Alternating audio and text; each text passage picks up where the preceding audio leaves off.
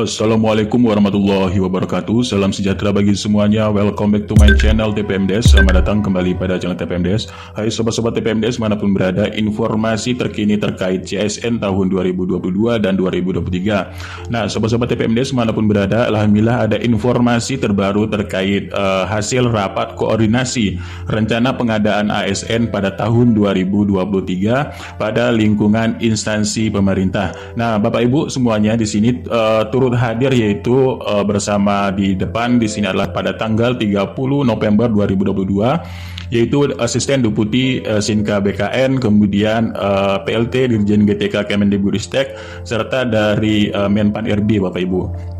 Nah, dari hasil rapat koordinasi tersebut ya, kemarin kan di sini telah diundang beberapa daerah, semua daerah di Indonesia, yaitu terkait dengan untuk penyelenggaraan ASN pada tahun 2023. Nah, kemarin di sini tanggal 30 November hari ini Bapak Ibu ya, dalam rangka perencanaan pengadaan ASN tahun 2023 pada instansi pemerintah dalam rencana pengadaan ASN 2023. Nah, sobat-sobat TPMDes manapun berada, Menteri Pendayagunaan Aparatur Negara Reformasi Birokrasi Abdullah Azwar Anas ini menghadiri rapat koordinasi dalam rencana pengadaan ASN pada instansi pemerintah untuk ASN 2023 di Jakarta 30 November 2022.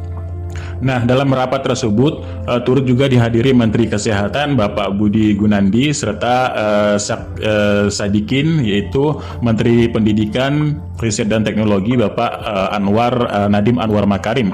Nah, pada kesempatan tersebut ya, Menteri Azwar Anas ini mengatakan arah kebijakan dalam pengadaan ASN tahun 2023 yaitu tetap pada berfokus pada pelayanan dasar, yaitu guru dan tenaga kesehatan dengan seoptimal mungkin dalam penyelesaian masalah non-ASN tersebut. Nah, hal tersebut juga sesuai dengan mandat negara bahwa pendidikan dan kesehatan adalah memang sektor yang prioritas utama. Nah, Menteri Anas juga menghimbau instansi pemerintah pusat dan daerah untuk mendata kebutuhan ASN pada tahun 2023 yang mendesak untuk dipenuhi, Bapak Ibu.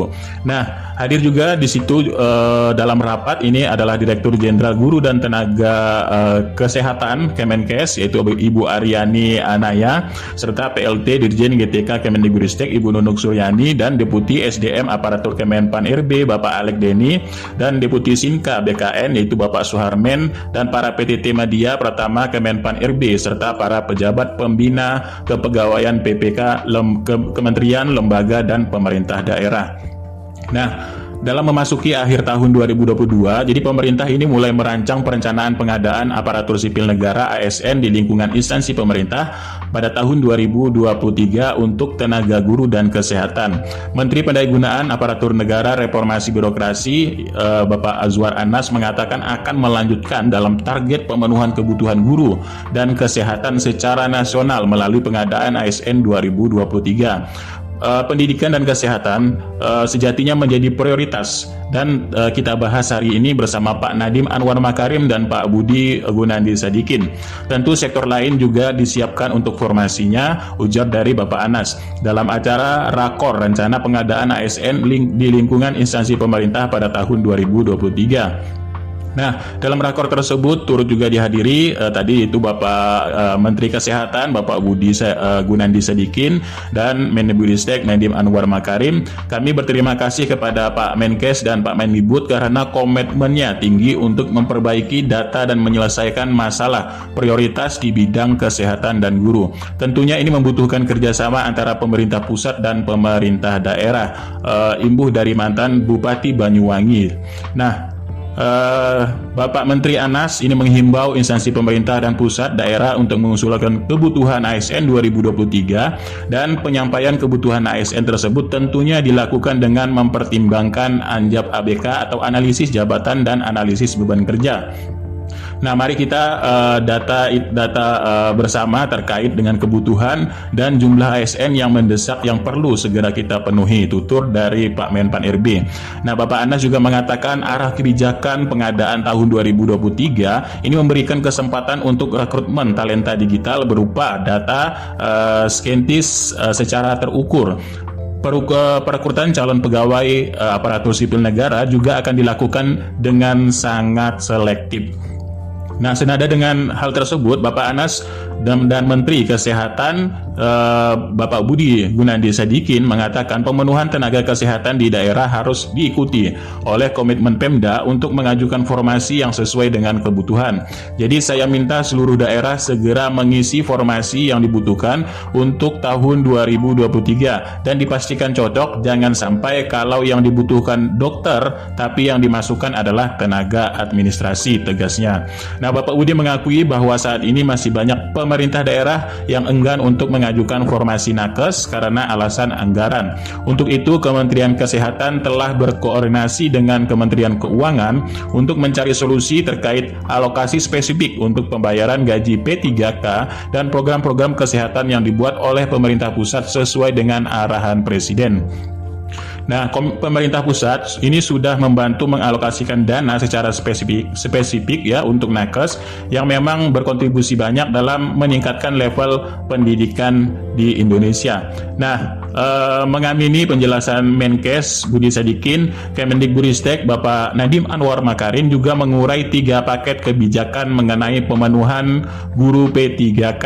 Yang pertama, jika dalam bulan Februari hingga Maret 2023 formasi tidak diterima 100% dari pemerintah daerah, maka pemerintah pusat bisa melengkapi jumlah formasi P3K. Alhamdulillah sekali Bapak Ibu ya. Jadi untuk guru, jika memang pemerintah daerahnya ini tidak mengajukan secara maksimal 100%, maka pemerintah akan mengambil alih, yaitu pengajuan formasi menjadi 100% untuk P3K 2023. Nah, pemerintah pusat akan mengajukan dan menetapkan formasinya secara langsung.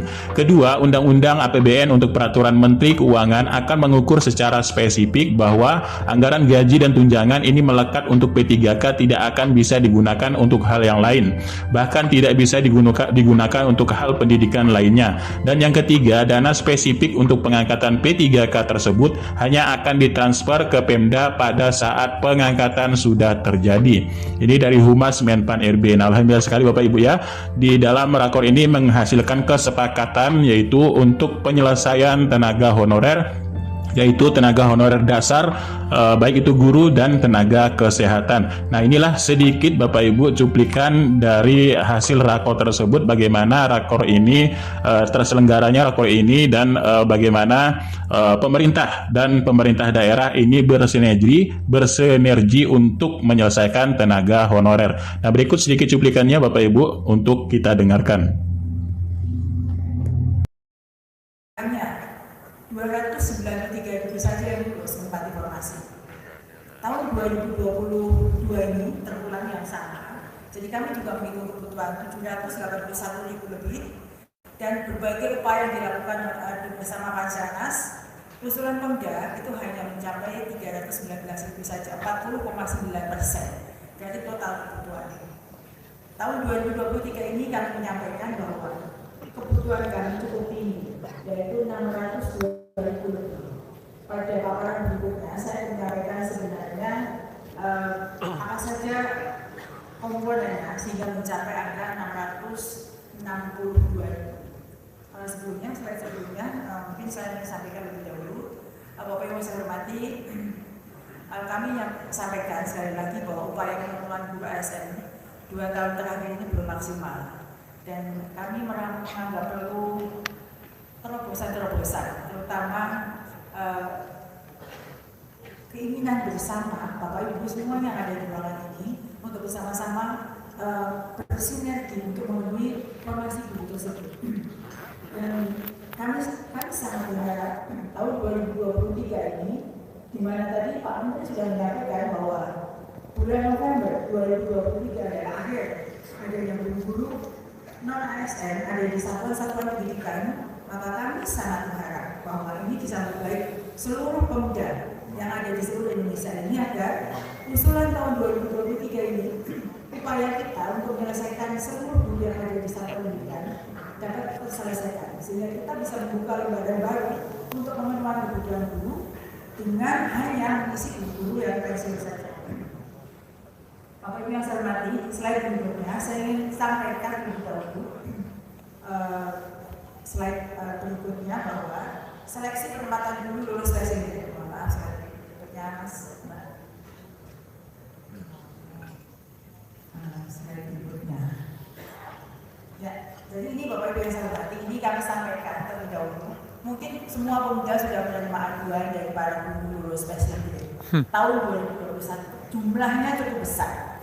Yang mana kalau kita sudah berhasil mengangkat 293.000, namun di tahun 2021 masih menyisakan jumlah 193.000 lebih guru yang mencapai ambang batas, mencapai nilai ambang batas, namun karena memang ketersediaan informasi tahun 2021 tidak bisa menampung mereka semua, maka masih ada PR buat kita bersama. Dari 193.000 itu, sekarang yang sudah menerima notifikasi bahwa mereka tinggal menunggu penempatan, jadi sudah mendapat informasi penempatannya masih bersama-sama, itu sudah alhamdulillah sudah cukup besar, 127.000 lebih. Namun Bapak Ibu, kita masih ada PR bersama yang akan kita kerjakan bersama di tahun ini, di tahun 2023 ini. Ada 65.000 lebih guru yang sudah dinyatakan memenuhi nilai ambang batas, namun masih belum mendapat penempatan juga di tahun ini.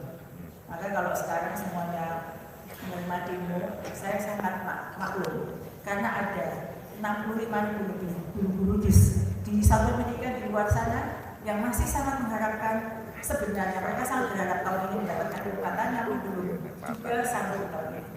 Dan jumlahnya biasa berarti 46.000 lebih, hampir mendekati 47.000 lebih ini sebenarnya. Kalau menurut perhitungan kita ada beberapa, namun Pemda tidak menyediakan informasi atau tidak membuka informasi untuk 47.000 lebih. Nah, Bapak Ibu, ini yang menjadi perhatian kita bersama. Saya juga berharap bahwa semuanya juga mendukung program ini, karena guru tersebut memang sudah bekerja memenuhi beban kerja mereka, namun statusnya masih menjadi non-ASN. Baik, slide berikutnya Bapak Ibu. Slide berikutnya ini saya ingin sampaikan kebutuhan yang ingin mendapat dukungan bersama oleh Bapak Ibu semuanya. Tadi Mas Menteri sudah menyampaikan bahwa kami membuka harapan kepada Bapak Ibu untuk memenuhi angka yang ada di layar.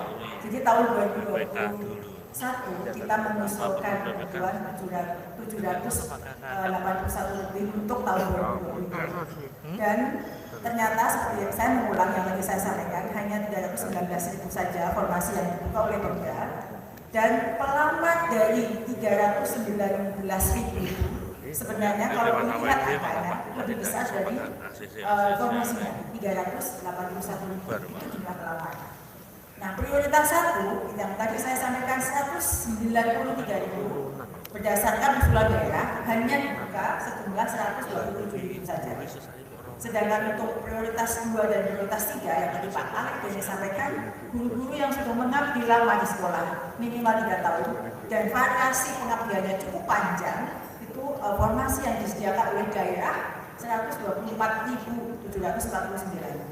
Dan kalau kita lihat sebenarnya pelamar untuk P2 dan P3 ini lebih besar dari formasi yang tersedia. Namun rupanya masih ada potensi formasi yang tidak terserap, meskipun jumlahnya banyak. Jadi pasti ada banyak pertanyaan di Bapak Ibu ya. Mengapa bisa begini?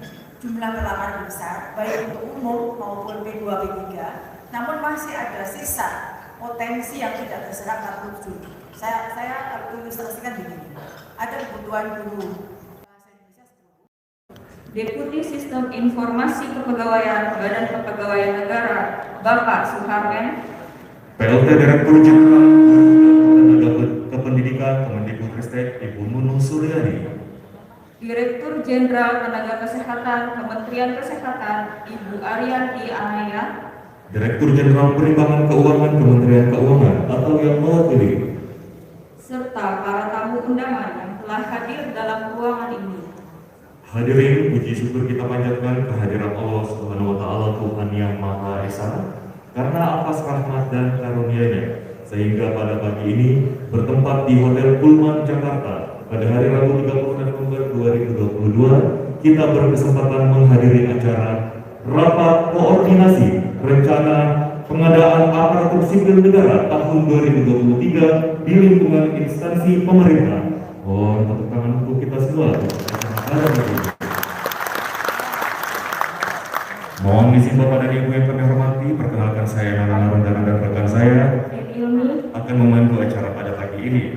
Dan selanjutnya Bapak Ibu, kita simak bersama penyampaian laporan Ketua Pelaksanaan Kegiatan oleh Asisten Deputi Perencanaan Jabatan, Perencanaan dan Pengadaan SDM Aparatur Kementerian PAN-RB kepada Bapak Anas Subatja. Disilakan.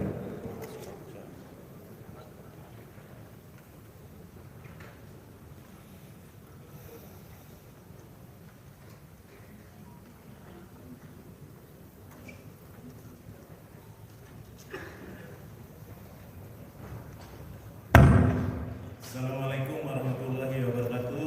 Selamat pagi, salam sejahtera untuk kita semua yang kami hormati dan kita banggakan, Bapak Menteri Pendaya-gunaan Aparatur Negara dan Reformasi Birokrasi, Bapak Menteri Kesehatan, Bapak Menteri Pendidikan, Kebudayaan dan Ristek, Bapak Ibu rekan-rekan sekalian yang berbahagia. Pertama-tama kita panjatkan puji syukur kehadirat Tuhan Yang Maha Esa bahwa hari ini kita bisa berkumpul di tempat ini. Dan alhamdulillah kita dihadiri oleh 3 Bapak Menteri kita yang hadir hari ini. Mohon tepuk tangan. Ini adalah bukti dari komitmen pemerintah dalam rangka penyelesaian dan penataan manajemen ASN, khususnya tadi ada guru dan tenaga kesehatan yang menjadi prioritas pemerintah dalam rangka pelayanan di bidang pendidikan dan kesehatan. Syukur alhamdulillah Pak Menteri, kami laporkan bahwa di sini sudah hadir teman-teman dari Sekretaris Utama, Sekretaris Jenderal, dan ada beberapa bupati, kemudian juga teman-teman BKD yang memang ingin mendapatkan arahan dari Bapak Menteri dalam konteks nanti pelaksanaan pengadaan ASN tahun 2023. Perlu kami laporkan bahwa kita masih punya PR di bidang guru dan tenaga kesehatan, di mana komitmen Pak Menteri Kesehatan juga Pak Mendikbud untuk pemenuhan guru dan tenaga kesehatan di seluruh Indonesia. Nah, harapannya dari pertemuan ini kita akan mendapatkan komitmen bersama bahwa penghitungan data di Dapodi, kemudian juga di SDSK Kementerian Kesehatan serta kebutuhan daerah itu dapat kita penuhi bersama. Nah, oleh sebab itu harapannya nanti barangkali Bapak Ibu sekalian bisa merencanakan proses pengadaan ini dengan baik. Kemudian hingga 2023 kita tidak punya PR lagi kaitan dengan pengadaan ASN khususnya guru dan tenaga kesehatan serta jabatan-jabatan ASN tertentu yang memang dibutuhkan oleh masyarakat negara dalam rangka juga membangun kinerja organisasi. Harapannya Bapak Ibu sekalian nanti juga bisa memberikan masukan, saran, termasuk nanti juga dari aspek penganggarannya, sehingga nanti kita dilakukan secara komprehensif. Sekali lagi terima kasih kepada Bapak Menteri yang sudah hadir, juga Bapak Ibu sekalian di forum ini, dan kami mohon maaf kalau ada hal-hal yang kurang berkenan di dalam pelaksanaan ini. Mudah-mudahan setelah ini kita punya komitmen bersama untuk menyelesaikan persoalan yang ada saat ini, termasuk persoalan tenaga honorer yang saat ini sudah data dan ada beberapa yang memang bisa memiliki kualifikasi sebagai ASN. Demikian Bapak Menteri yang bisa kami laporkan. Terima kasih Bapak Ibu sekalian. Assalamualaikum warahmatullahi wabarakatuh.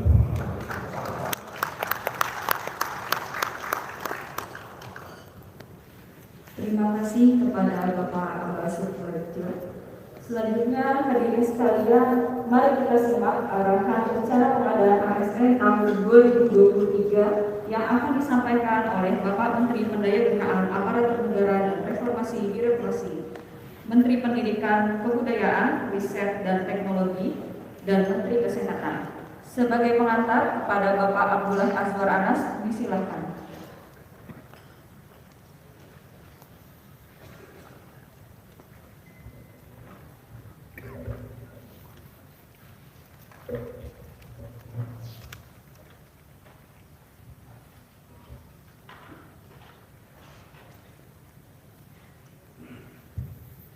Bismillahirrahmanirrahim. Assalamualaikum warahmatullahi wabarakatuh. Selamat pagi, salam sejahtera bagi kita semua. Om Swastiastu, Namo Buddhaya, salam kebajikan. Bismillahirrahmanirrahim. Yang saya hormati Pak Menteri Pendidikan, Kebudayaan dan Kesehatan Teknologi, Pak Nadiem, Pak Menkes, terima kasih. Ini sama-sama buru-buru semua karena sebentar lagi ini ada acara dengan Bapak Presiden. Jadi kita bagi-bagi waktu kira-kira. Nanti detailnya para deputi nanti akan menjelaskan. Teman-teman dari BKN, dari KSN, para sekretaris kementerian, sesmen, dan para bupati, saya lihat Bupati Kuningan, Indramayu, dan juga beberapa bupati dari berbagai daerah, kepala BKD juga saya hormati. Pertama, saya sampaikan terima kasih atas kehadirannya pada kesempatan ini. Langsung saja kita mengambil tema reformasi birokrasi berdampak. Ini harapan Bapak Presiden berkali-kali menyampaikan kepada kita, sehingga transformasi ASN ini menjadi penting. Sekali lagi bukan hanya soal pengangkatan non-ASN, P3K, tapi tema besar kita transformasi terkait dengan sumber daya manusia di negara kita ini. Nah, Presiden berharap ada yang berdampak. Kita sibuk tapi selama ini tidak berdampak. Maka semua harus ada target, ada ukuran. Itulah yang dikerjakan oleh Pak Menkes, yang dikerjakan oleh Pak Menteri Pak Nadiem, melakukan beberapa cara baru dengan dampak yang segera bisa dirasakan. Yang kedua, beliau berharap tidak ada tumpukan kertas, tetapi ini menjadi bagian dari dampak yang berdampak kepada masyarakat dan harus lincah dan cepat. Ini harapan Bapak Presiden. Maka ketika saya menjadi pemain pengganti ini Pak Nadiem, kalau Pak Nadiem kan pemain dari awal, ini pemain pengganti di tengah, saya tentukan 7 skala prioritas karena tidak mungkin seluruhnya kami kerjakan. 7 skala prioritas ini salah satunya di prioritas ketiga. Selain kami mentarget ke BKN, terima kasih Pak teman-teman dari BKN dan teman-teman. Olah kerja BKN juga sudah kami target. Ya kan? Ada 16 proses bisnis, saya potong tinggal 3. Dan dari semua data kami target Desember selesai. 8 tahun tidak selesai, tapi insya Allah Desember selesai. Tepuk tangan buat BKN. Dan saya mendapatkan data sudah 90 berapa persen Pak Arman? 93%. Saya target ini semua data bisa beres di Desember. Sehingga di Januari kami dengan Pak Menteri yang lain sudah punya proyeksi data yang valid terkait yang pensiun dan proyeksi data kita bekerja untuk keperluan negara ini butuh berapa juta sih dalam 5 tahun ke depan dan seterusnya. Tapi kemarin sudah ini proses bisnisnya ya Bapak Ibu sekalian bisa lihat di kanan kiri. Kami potong nih Pak Menteri. Tetapi kemarin kami hitung kalau proses digitalisasi ini jalan dalam 5 tahun ke depan kita akan bisa mengurangi pegawai kita 30%. Tetapi digitalisasi ternyata tidak paralel dengan rekrutmen ASN dan non-ASN yang ada di daerah. Ternyata kebutuhan orang terus bertambah. Nah ini anomali nanti akan kita beresin bersama-sama. Saya ingin kembali ke skala prioritas tadi. Kita masukkan di prioritas ketiga inilah transformasi profesionalisme ASN berbasis digital, meliputi penyederhanaan birokrasi, jabatan fungsional, dan penataan tenaga non-ASN. Termasuk hari ini. Kami berterima kasih kepada Pak Menkes dan Pak Mendikbud karena komitmennya tinggi untuk memperbaiki data sekaligus menyelesaikan masalah prioritas di pendidikan dan kesehatan. Tepuk tangan saya kira buat beliau. Tentu membutuhkan kerjasama antara pusat dengan daerah, para bupati kepala daerah. Karena ini perlu komitmen. Tetapi memang Pak Menteri soal struktur belanja ini jadi masalah. Contoh, saya cek kemarin ketika di Banyuwangi. Ketika kami mengangkat 4.500 honorer, struktur gaji di daerah itu naik 40%, tadinya selalu di bawah 30%. Padahal menurut Undang-Undang Nomor 1, begitu struktur pembiayaan kepegawaian di atas 30%, nah ini ada masalah. Nah inilah yang nanti perlu kita bicarakan secara komprehensif untuk beresin ini semua. Pak Sekjen, Ibu dan Pak sekalian kami hormati, sehingga ini target kami membagi habis semua tugas tanpa tambah anggaran. Kita melakukan beberapa hal. Nah masalah hampir banyak daerah selalu urusannya nambah orang dan nambah anggaran. Ini contoh berkali-kali saya contohkan. Bagaimana menyelesaikan masalah misalnya semua kepala sekolah ketika akan diangkat di desa